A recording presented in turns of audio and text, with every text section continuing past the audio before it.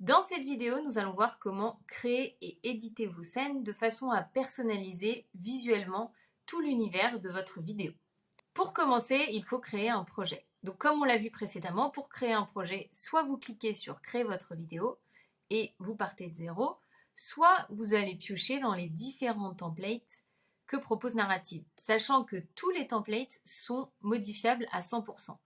Donc là, par exemple, on va prendre le template cast. La web app vous demande si vous voulez faire votre projet à la verticale ou à l'horizontale. Donc nous, on va rester à l'horizontale. Et ça y est, on arrive dans la console. Donc là, comme vous pouvez le voir à gauche, c'est ce qu'on appelle les scènes. Qu'est-ce que sont les scènes? Les scènes, c'est ce qui va vous permettre de réaliser très simplement votre vidéo.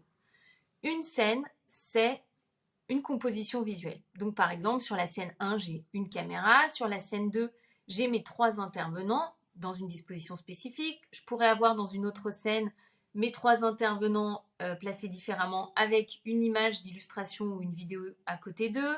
Je pourrais avoir une vidéo plein écran. Je pourrais avoir plus que 2 intervenants. Vous allez voir, on peut modifier comme on veut chaque scène. Et une fois que vous réaliserez, mais ça, on le verra dans un autre tuto, vous n'aurez plus qu'à cliquer sur une scène pour réaliser en direct votre vidéo. Mais avant de parler réalisation, déjà on va modifier les scènes pour les personnaliser de façon à ce qu'elles s'adaptent à votre projet. Et pour ça, vous voyez en haut, il faut passer dans la partie modifier de la console. Donc ça y est, là on est dans l'onglet modifier, on va pouvoir venir créer des scènes et les modifier. Donc déjà, comment créer une scène? Là vous en avez 2, mais vous allez avoir envie potentiellement d'en créer 3, 4, 5, 6, 40 si vous voulez. Vous avez 2 options. Soit vous partez d'une scène existante que vous avez déjà fait, vous aimez bien par exemple le fond, le logo, tout ça est déjà positionné, donc vous dites j'aimerais bien partir de ce modèle et le modifier. Dans ce cas-là, vous allez sur la scène en question, vous avez 3 petits points qui s'affichent en haut, vous cliquez dessus et vous cliquez sur dupliquer. Donc là, ça va venir ajouter une deuxième scène qui est identique à celle que vous avez dupliquée et de là, vous allez pouvoir venir la modifier. Donc ça, c'est la première option. La deuxième option, vous allez, au niveau de scène, il y a un petit plus à gauche, vous cliquez dessus et là, ça va venir vous ouvrir toutes vos scènes, toutes celles que vous avez faites avant. Parce que peut-être que dans un autre projet, vous avez fait une scène dont vous aimez bien la disposition ou l'univers graphique. Donc, vous pouvez aller la rechercher. Ou sinon, vous pouvez aller dans les scènes narratives. On retrouve tous les templates que vous avez vus sur la home. Et là, par exemple, si je prends gaming, ça va me proposer toutes les scènes de gaming. Donc là, par exemple, je peux dire, bah tiens, cette disposition-là me plaît bien. Et ça va venir ajouter une nouvelle scène ici. Donc maintenant, j'ai des scènes. Soit je garde le fond que j'ai, parce que c'est pour ça que j'ai sélectionné, soit j'ai une charte graphique, il faut que je modifie et que j'adapte à ma charte graphique, et dans ce cas-là, on va venir tout modifier. Commençons déjà par le fond.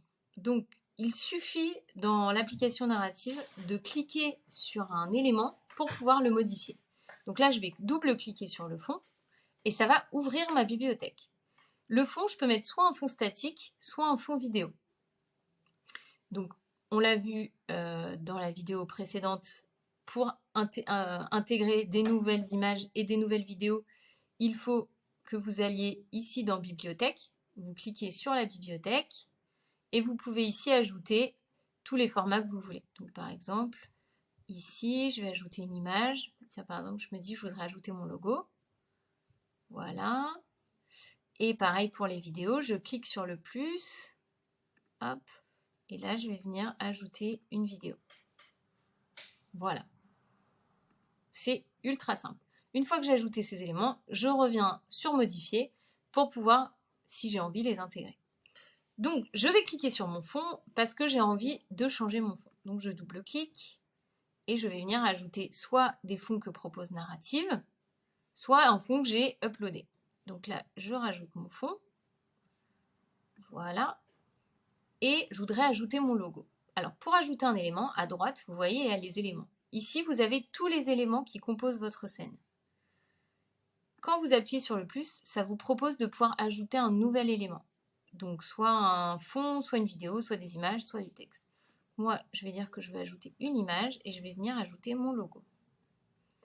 Je le mets à la forme que je veux. Donc, on a modifié notre fond, on a ajouté notre logo, mais on peut aussi tout à fait modifier l'aspect visuel de l'emplacement de nos caméras. Donc, par exemple, je sélectionne ma caméra 1, et comme vous pouvez le voir à droite, quand je sélectionne un élément sur narrative, j'ai des options de modification qui s'affichent à droite. Donc, par exemple, ici, vous pouvez modifier la source. Donc, je pourrais passer d'une caméra, si je veux, à une image. Hop, voilà, par exemple. Maintenant, c'est plus une caméra qui viendra ici, mais une image. Je peux retourner l'image ou la caméra.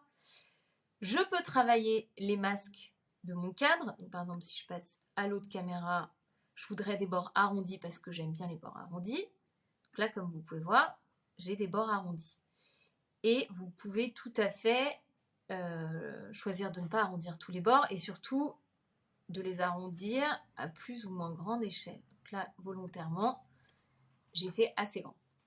Donc voilà, ici, vous allez vraiment retrouver, vous pouvez ajouter des bordures sur tous les éléments, que ce soit une image, sur une vidéo ou sur vos caméras.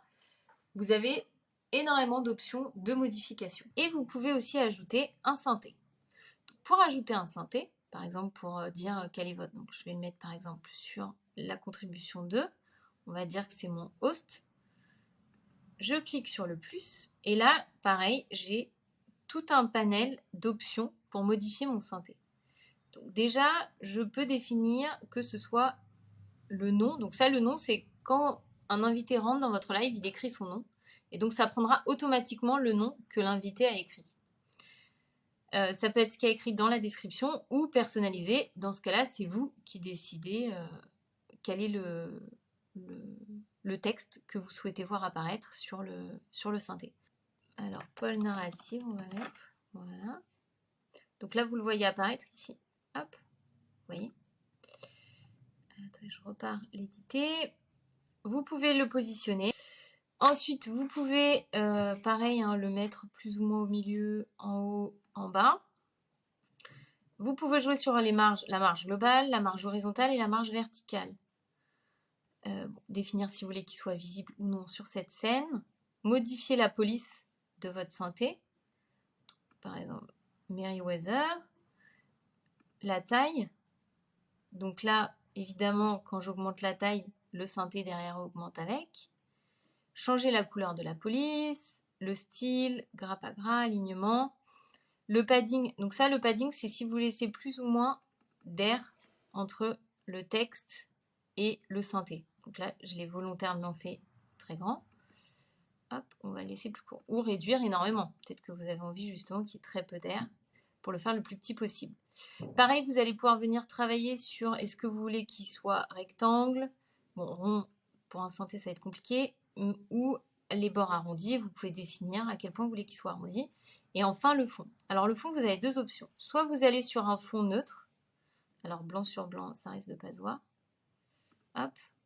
Donc là, on est sur un fond noir à 100%. Soit vous pouvez mettre voilà, deux couleurs que vous choisissez. Et comme ça, il y a un peu de dégradé dans votre synthé. Voilà, vous pouvez venir modifier tous ces éléments. Donc ça, c'est la première option. Vous pouvez aussi ajouter un synthé en image. Vous pouvez vous-même faire les synthés en amont. Dans ce cas-là, je fais le petit plus et je vais venir ajouter mon synthé. Voilà. Alors je l'ai sorti avec des bords très... Pareil, hein, je le réduis, la taille que je veux. Et voilà. Quand vous avez terminé, soit vous cliquez sur enregistrer, soit vous passez à la scène d'après et ça s'enregistre vos modifications s'enregistrent automatiquement. Donc là, par exemple, je me dis, je vais modifier le tout. Hop, je vais changer le fond. Alors, et là, je voudrais, par exemple, faire en sorte que je n'ai que ces deux interlocuteurs. Donc, je vais venir cliquer sur cette contribution. Pour l'enlever, soit j'appuie sur supprimer sur le clavier, soit j'appuie sur la petite poubelle. Tout à fait, je veux le supprimer. Et là, en cliquant, je vais pouvoir venir mettre à la taille que je veux ces deux contributions. Hop. Voilà, les positionner à la même hauteur. Je peux, pareil, hein, je peux les bouger.